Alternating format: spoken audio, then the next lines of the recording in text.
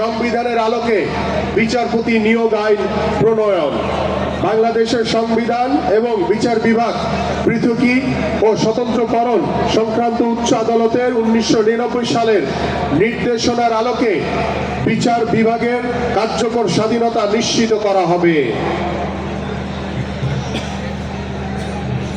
11 প্রশাসনিক সংস্কার কমিশন গঠন, সরকারি কর্মকর্তা কর্মচারীগণ জনগণের সেবক প্রভু নন, এই উপলব্ধির আলোকে দেশপ্রেমে উদ্বুদ্ধ জনপ্রশাসন, পুলিশ প্রশাসন ও পরিষেবা প্রশাসন গড়ে তোলার লক্ষ্যে যোগ্য উপযুক্ত ব্যক্তিদের সমন্বয়ে প্রশাসনিক সংস্কার কমিশন গঠনের মাধ্যমে প্রশাসন ব্যবস্থা পুনর্গঠন করা হবে। 12 মিডিয়া কমিশন গঠন, দেশের অবক্ষয় প্রাপ্ত প্রচার মাধ্যমে সততা, স্বাধীনতা ও বস্তুনিষ্ঠতা পুনরুদ্ধারের লক্ষ্যে সুপ্রিম কোর্টের সাবেক বিচারপতি অভিজ্ঞ, প্রজ্ঞাবান ও গ্রহণযোগ্য মিডিয়া ব্যক্তিত্বের সমন্বয়ে মিডিয়া কমিশন গঠন করা হবে। আইসিটি অ্যাক্ট 2006 এর প্রয়োজনীয় সংশোধন ও ডিজিটাল সিকিউরিটি অ্যাক্ট 2018 বাতিল করা হবে। সকল সাংবাদিক ও নির্যাতন হত্যাকাণ্ডের বিচার দ্রুত নিষ্পত্তি করা হবে। 13 দুর্নীতি প্রতিরোধে দৃশ্যমান ও কার্যকর ব্যবস্থা গ্রহণ এবং ন্যায়পাল নিয়োগ, আপোষহীন মানসিকতায় দুর্নীতি প্রতিরোধে সর্বাত্মক কার্যকর ও দৃশ্যমান পদক্ষেপ গ্রহণ করা হবে। বিগত 1.5 দশক ব্যাপী সংগঠিত প্রাতিষ্ঠানিক ও অপ্রাতিষ্ঠানিক সকল প্রকার দুর্নীতি, বিদেশে অর্থ পাচারের অনুসন্ধানী শ্বেতপত্র প্রকাশ, দায়ী ব্যক্তিদের বিরুদ্ধে আইনানুগ ব্যবস্থা গ্রহণ এবং আত্মসাৎ ও পাচারকৃত অর্থ সম্পদ পুনরুদ্ধারের ব্যবস্থা নেওয়া হবে।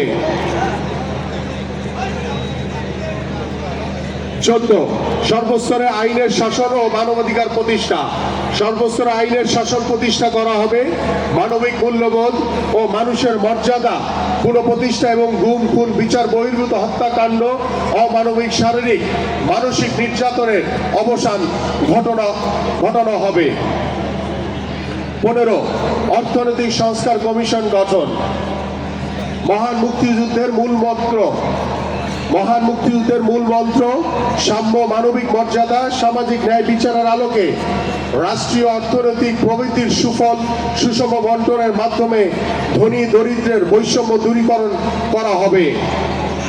16 ধর্মীয় স্বাধীনতার সর্বোচ্চ নিশ্চয়তা প্রদান, ধর্ম যার যার, রাষ্ট্র সবার, এই মূলনীতির ভিত্তিতে সকল ধর্মাবলম্বী অবাধে নিজ নিজ ধর্ম পালনের পূর্ণ অধিকার ভোগ করবেন।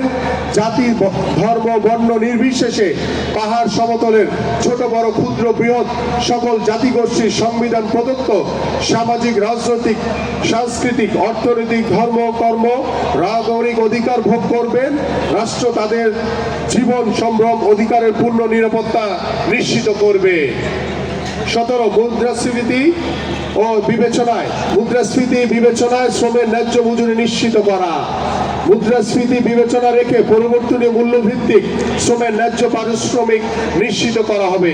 শিশু শ্রম বন্ধ করা হবে। গণতান্ত্রিক ট্রেড ইউনিয়ন অধিকার নিশ্চিত করা হবে। 18 শিল্প, বিদ্যুৎ, খনিজ, জ্বালানি খাত আধুনিকায়ন এবং সুশাসন প্রতিষ্ঠা, একটি আধুনিক দীর্ঘমেয়াদী পরিবেশ বান্ধব বিদ্যুৎ, খনিজ, জ্বালানি ব্যবস্থাপনা নিশ্চিত করা হবে।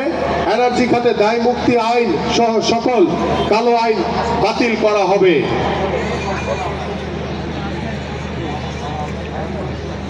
19 জাতীয় স্বার্থের অগ্রাধিকার নিশ্চিত করে বৈদেশিক সম্পর্ক উন্নয়ন, সকল বৈদেশিক সম্পর্ক উন্নয়নের ক্ষেত্রে জাতীয় স্বার্থ, নিরাপত্তা এবং সার্বভৌমত্বকে প্রাধান্য দেওয়া হবে। দেশের সীমানার মধ্যে কোনো প্রকার সন্ত্রাসী কর্মতৎপরতা সহ্য করা হবে না। 20 প্রতিরক্ষা বাহিনীকে সকল বিতর্কের ঊর্ধ্বে রাখা, দেশের সার্বভৌমত্ব রক্ষায় প্রতিরক্ষা বাহিনীকে অধিকতর শক্তিশালী, যুগোপযোগী, সুসংগঠিত ও সর্বোচ্চ প্রশিক্ষিতভাবে গড়ে তোলা হবে, যাতে দেশপ্রেমের মন্ত্রে উজ্জীবিত সশস্ত্র বাহিনী শান্তি ও সমরে সর্বোচ্চ অবদান রাখতে সক্ষম হয়। একত্রিত ও ক্ষমতাবান করা, দায়িত্ব ও কর্মক্ষমতার ব্যাপক বিকেন্দ্রীকরণের লক্ষ্যে সকল স্থানীয় সরকার প্রতিষ্ঠানগুলো অধিকতর স্বশাসিত, শক্তিশালী ও ক্ষমতাবান করা হবে। 22 শহীদ মুক্তিযোদ্ধাদের রাষ্ট্রীয় মর্যাদা ও স্বীকৃতি প্রদান। প্রকৃত মুক্তিযোদ্ধাদের অবদানের স্বীকৃতি ও মর্যাদা অধিকতর দৃশ্যমান করা হবে। একই সাথে রাষ্ট্রীয় উদ্যোগে শতভাগ নিরপেক্ষ নিবিড় জরিপের ভিত্তিতে মহান মুক্তিযুদ্ধে সর্বোচ্চ আত্মত্যাগকারী শহীদদের একটি প্রকৃত তালিকা প্রণয়নের মাধ্যমে তাদের যথাযথ রাষ্ট্রীয় মর্যাদা ও স্বীকৃতি প্রদান করা হবে। উপস্থিত নেতৃবৃন্দ, আপনারা এই বিষয়টা সকলেই অবগত রয়েছেন, যে বিষয়টি আমি মাত্র বললাম। বিগত ফ্যাসিস্ট সরকারের সময়